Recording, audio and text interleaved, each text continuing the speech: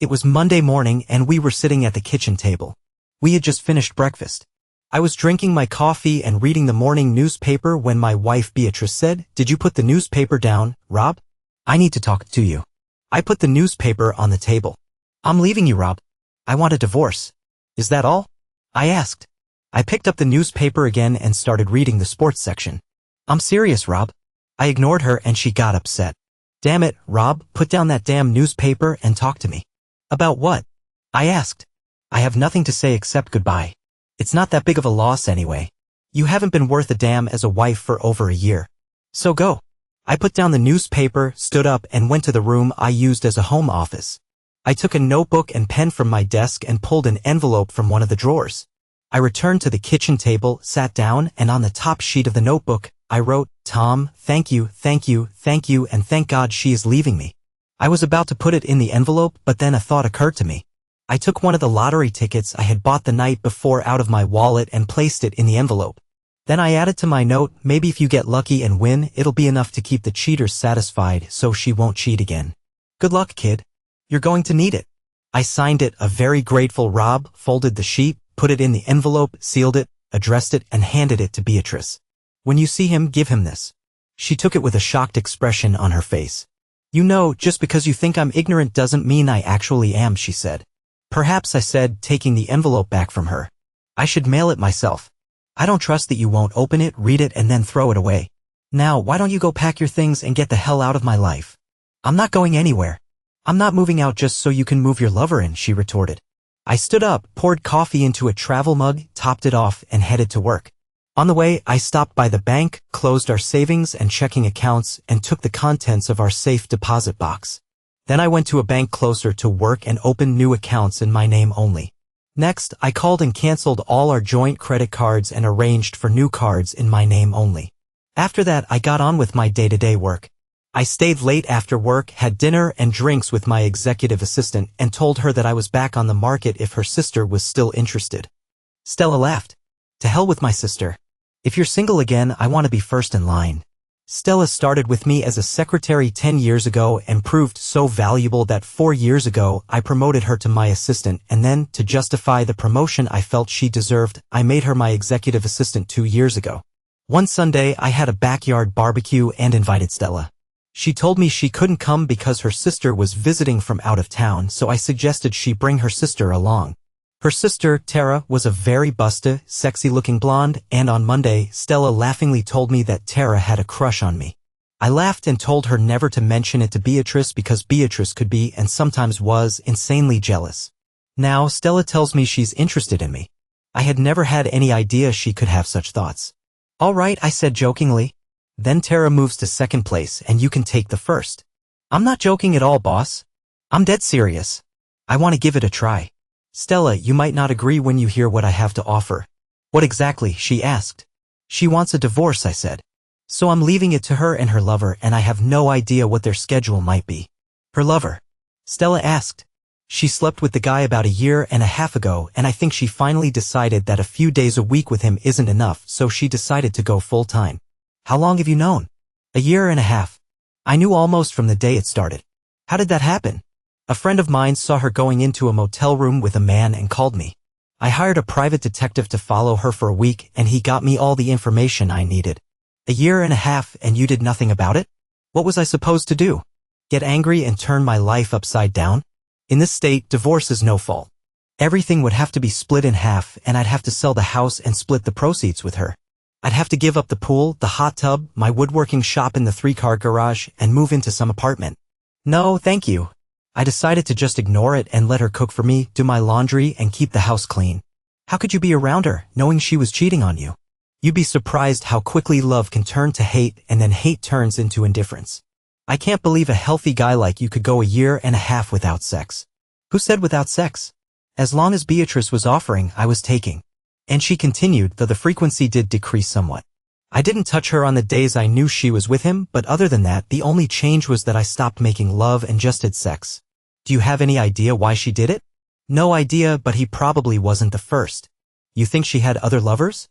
"I can't know for sure, but what I do know is that in the 10 years we've been married, she fell into a certain mood 4 times as far as I can remember. For a time she acted the way she has been for the last year and a half since she got involved with this guy. It's just a guess on my part, but I'd almost bet that the other times were for the same reason. If she hadn't been seen and I hadn't been alerted, I would have taken the recent mood as just another one of those women's things. Maybe I'm wrong in my thoughts, but it doesn't really matter. I know for sure about this affair, and that's all I need to know to understand she's a cheater. What are you going to do now? Wait for what? To see what she plans to do now that she's on her own. I emptied the bank accounts, canceled all her credit cards, and told her to get out of the house. She wanted a divorce, so I'm leaving it up to her. Since she doesn't earn enough to support herself and pay a lawyer, she'll have to get money for a lawyer from her lover, and I don't know if he'll give it to her. I assume they discussed this before she hit me with it, but I have no way of knowing. I'm just saying, if you're really interested in me, you'll be involved with a married man who has no idea how long it will take before he gets divorced. You're thinking about this the wrong way, Rob. How so? If she files for divorce, she'll be in control. You'll be served, and that could be bad. You have no idea what she might do. They might order you to leave the house and give it to her pending the hearings. What if she files and claims mental and physical cruelty and gets a restraining order keeping you away from her and the house? You need to set the pace, boss. You need to be in the driver's seat. Make her react, not the other way around. Besides, you'll be helping me a lot. Helping you how? If you're going to wait and let her file, what if she doesn't? What if her lover doesn't give her the money for it? That would put us in a position of adultery, and she could use that against you in the future. You say she cheated and she says, so what, you did too. If you file, you're stating that from your perspective, the marriage is over, and what you do from that point on is none of her business. Legally speaking, you'll still be married until the divorce is final, and being with me would technically still be considered adultery, but no court will hold that against you if it doesn't start until after you filed for divorce from Beatrice. So it seems I need to stay away from you until either you or Beatrice takes legal action. If we wait for her, it could take years or maybe just a week, but it would be under her control. If you file, you could meet with a lawyer early tomorrow and serve Beatrice by Thursday.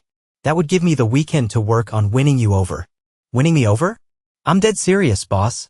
What's the point of being first in line if I don't take advantage of it? She was right, and I knew it. So I pulled out my cell phone and used speed dial to call Josh. Josh and I had been friends since 3rd grade, and Josh was a lawyer who practiced family law. Family law was a polite term for divorce law. When he answered, I told him I needed his legal services and explained my problem. He was sorry to hear it because he and his wife, Sally, were our friends and he liked Beatrice, but he told me he would take care of it as soon as he got to his office in the morning and asked me to come by at lunchtime. I could sign the papers and then we could go to lunch. Then, just to be a jerk, I told him I wanted a restraining order. I lied and said Beatrice told me that if I caused her any trouble for leaving me, her lover Tom Noble would straighten me out. Josh laughed and said he knew it was pure fiction, but that he would do it. You know there will be a hearing on this order within 10 days, right? I can get it and serve it, but there has to be a hearing before the judge will order it to stay in effect. I know, and I'm prepared for that, but right now the main thing is to get her out of the house and keep her out for a while. We don't have kids, so she has no real reason to use the house while the divorce is ongoing. I'm sticking to the principle of possession being 9/10 of the law. There's no reason for a judge to order me out and let her in. That's what I'm aiming for. I told her to get out when we talked this morning, but I don't know what I'll find when I get home. She might be gone or she might still be there. Since I can't be sure where she'll be, I plan to serve her at work. There's no chance you two could come to some agreement? None. Then I'll see you tomorrow. I hung up, looked across the table at Stella, and asked, what do you have planned for me this weekend? She laid out her ideas and they sounded pretty good to me. When I got home, Beatrice was sitting at the kitchen table going through some papers. Why are you still here? I asked, walking to the fridge and grabbing a beer. This is my house too. I'll stay here until I can make other arrangements. If you don't like my company, feel free to move out. And let you bring your lover here? Not in your damn life. Sit down and let's discuss what we're going to do, Beatrice insisted. There's nothing to discuss.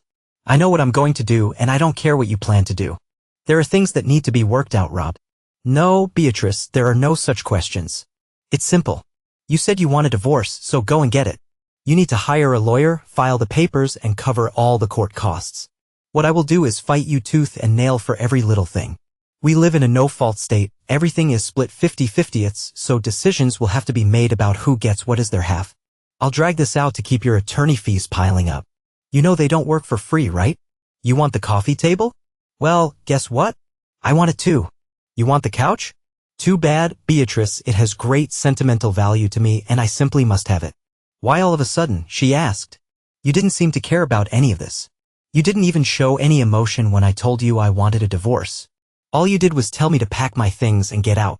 That was before I had time to think about it. I looked into her eyes and took a risk.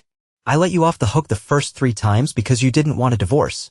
I loved you enough to keep quiet and stay with you because you always came back to me. She turned away when I mentioned the first 3 times, which, as far as I could tell, confirmed my suspicions. It's hard to say why I stayed with you now, but I didn't file for divorce. I thought maybe I did something that really pissed you off and you felt you had to do this to get back at me. Eventually, you'd end your affairs and I foolishly thought it was because you realized you loved me and came back to me.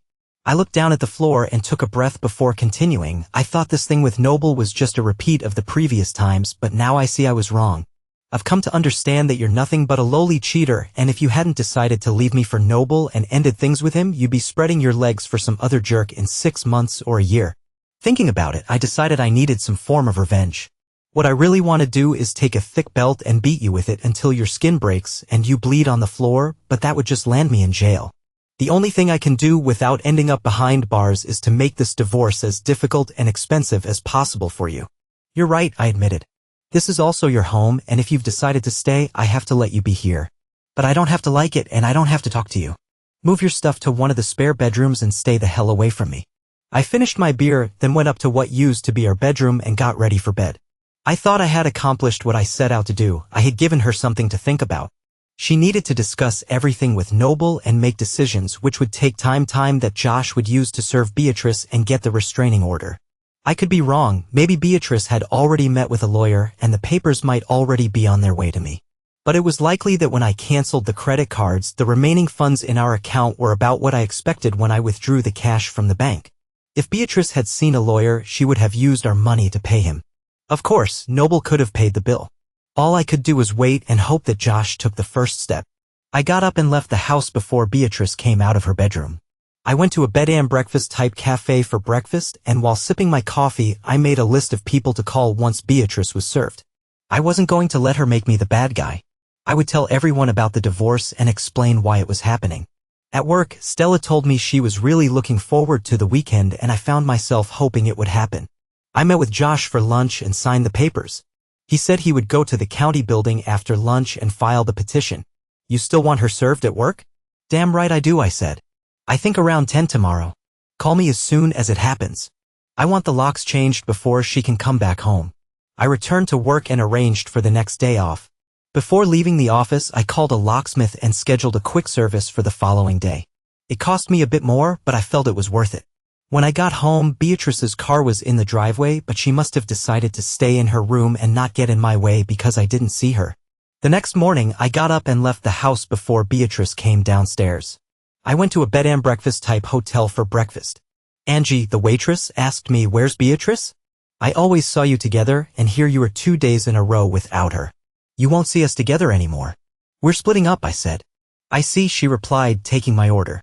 When she placed the bill on the table, she said, "My phone number is on the back, not the restaurant's number, mine." I was speechless as Angie walked away. 2 women in 2 days let me know they were interested. So why wasn't I enough for the woman I married? I'll never know because I'll never ask. I drank my coffee and read the morning newspaper, waiting for the time when Beatrice usually left for work. Then I went home and started packing her things, moving them to the garage. At 10:15, Josh called and said the papers had been served. So I called the locksmith and within 20 minutes he was at work. It wasn't even an hour later when Beatrice's car came speeding up the driveway. She couldn't miss the wide-open garage door and the large cardboard sign that read, "Beatrice, all your things are here in the garage."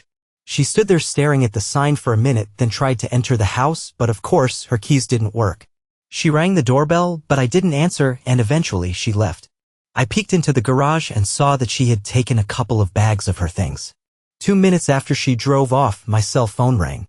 It was Beatrice. "Hello? You're an asshole," she said. "Did you really have to embarrass me in front of my colleagues?" "It's better than letting you humiliate me in front of mine," I replied. "What the hell is this restraining order crap? I was afraid you'd ask Noble to come and beat me up for being rude to you. That's bullshit and you know it. I need to get into the house to grab some things," she insisted. "All your things are in the garage, Beatrice, and I didn't change the garage door code, so your opener will work. If what you need isn't there, make a list, tell me where it is, and I'll move it to the garage. Stop being ridiculous, Rob. You're making this much harder than it needs to be. Sorry, Beatrice. Causing you some inconvenience doesn't adequately pay back the years you tormented me, but I need to do something for my own mental health. Just be grateful I didn't get violent. Goodbye, Beatrice. After hanging up, I sat down with the phone and started calling everyone on my list. Most were shocked to hear that Beatrice had cheated on me, but 2 weren't surprised. One said, finally caught her, huh? And the other said, I always thought you had an open marriage. She was always out with some guy and you never mentioned it. Beatrice's parents were the most affected by the news. They tried to tell me I must be mistaken. I always liked them and they treated me almost like the son they never had, but I wasn't going to let Beatrice tell them her version and make it seem like it was all my fault. After dealing with the calls, I went through the house one more time to gather Beatrice's things, then made myself lunch. I had just finished eating when the guys from Aries Security arrived. Not trusting Beatrice in the slightest and having no doubt she would violate the restraining order and try to break into the house, I decided to install a security system complete with cameras. On Thursday, at work, I told Stella that we were ready to go for the weekend. She smiled. Then tomorrow night, dinner and dancing to start with. I was smiling when I got home. Beatrice did exactly what I expected. She took some of her things and then broke into the house through the connecting door from the garage. She trashed the kitchen, plates and glasses were smashed all over the floor. In the living room, she broke several lamps. The cameras captured everything. What made me smile was the sight of her pulling all my clothes out of the closet, piling them on the floor, and then squatting over them and urinating on them. All of this was recorded, showing not only that she violated the restraining order but also acted maliciously and destructively, evidence I could use at the restraining order hearing. I called Josh and he contacted the police. The police arrived, took a report, and snapped some photos. The next day, Beatrice was arrested at work and taken to jail. She was fingerprinted, photographed, and brought before a judge. She was charged with violating the restraining order and willful destruction of private property. The judge set a hearing date and released Beatrice on her own recognizance. Honestly, I was surprised it went that far. My date with Stella was fun and we scheduled a second date for Saturday. It also went well, and on Sunday we went on a picnic together. On Monday, there was a hearing for the restraining order. When the judge saw the security camera footage, he not only made the restraining order permanent but also ordered Beatrice to replace all the destroyed items, pay for the dry cleaning of my clothes, and cover the cost of cleaning the bedroom. He gave her 10 days to comply or face jail time for contempt of court. Just to be a jerk, I hired the most expensive cleaning company I could find to do the job. Beatrice disappointed me. She actually managed to get the money to do everything the judge ordered. I never got to see her jailed for contempt of court. The next 2 weeks passed and Stella and I met often, but nothing more happened beyond a few kisses, sometimes quite intense, because neither of us felt comfortable since I was still a married man. However, we were slowly approaching the point where things were getting serious. We did not contest the divorce and it was finalized in 6 months. It was a standard no-fault divorce with everything split equally. I refinanced the house and bought out Beatrice's share. I had been saving money in a separate account for an unexpected round-the-world trip to celebrate our anniversary, and since she didn't know about it, I didn't give her a cent. She also didn't know about the last 2 certificates of deposit I had placed in the safe. I bought them with my last 2 bonus checks. I had one more small victory. Beatrice was awarded alimony for 2 years or until she remarried, but it was set at only $100 a week instead of the $500 she had tried to get. This was unexpected, and Josh told me it was because we were very lucky with the judges assigned to my cases. The judge who presided over the restraining order hearing and the judge who oversaw the divorce were not only cousins who apparently discussed their cases, but also both had cheating wives in the past. Neither believed that an innocent husband should be punished for the behavior of a cheating wife, and while they followed the law, they didn't go a step further than required. Whatever Beatrice had with Noble, it obviously wasn't that great, because 7 months after the divorce was finalized, she was living with her parents. 8 months after the divorce was finalized, I was sitting in a bar at the Hilton, drinking a beer and having a steak sandwich for lunch when someone sat on the stool next to me. "Can I buy you a beer?" he asked. I looked over and saw my ex-wife's former lover. "I want to have a word with you," he said. Out of curiosity, I invited him to go ahead and he waved to the bartender, ordering us both a beer. The bartender brought them and he took a sip, set the glass on the bar, and stared at it for a few seconds before starting to peel the label off the bottle. When a small pile of label bits had grown in front of him, he said, "I didn't mean to screw things up for you. Still not looking up from the bottle, he continued. The night I met her, she wasn't wearing any wedding rings, so I had no idea she was married, and she definitely wasn't acting like a married woman. She was at Bud's bar with a group of girls she worked with, and I asked her to dance. She agreed. I bought her a drink, and she invited me to sit with her and the other girls. I danced with her 3 more times and asked her out. She agreed. I fell head over heels for her, and within a month we were having sex whenever we could get together. At first, we had to use motels because I shared an apartment with 2 roommates and one of them was always around. We couldn't use her place because she said she lived with her disabled mother. That was also why we couldn't see each other more often, he continued. She supposedly had to take care of her mother and could only go out when someone else was available to look after dear old mom. I finally got my own apartment, so we didn't need to use motels anymore, although our meetings were irregular. I fell in love with her and was planning to ask her to marry me. I was going to buy a house big enough for us and her mother, but before I could propose, a guy I knew asked me why I was sleeping with a cheating wife. I was ready to beat him up when he told me that Beatrice was married and cheating on her husband and that it wasn't the first time. It seems that 2 years before, she had cheated on you with his brother. When his brother found out she was married, he broke up with her. I found it hard to believe, but then I got your letter. I sat on it for a week, then confronted her, and she broke down in tears. She claimed she didn't love you, that you were an abusive drunk who beat her physically and tormented her emotionally. She said she hated you but was afraid to leave because you told her that if she ever did, you would track her down and kill her and anyone she was with. By that time, I had done some checking and realized she was lying, and all thoughts of marrying her vanished. But she was good in bed, and since you had kicked her out, I let her move in with me. As long as she was willing to sleep with me, everything was fine, but when the divorce was finalized and she started talking about marriage, I ended it. My parents split up because my mom cheated on my dad.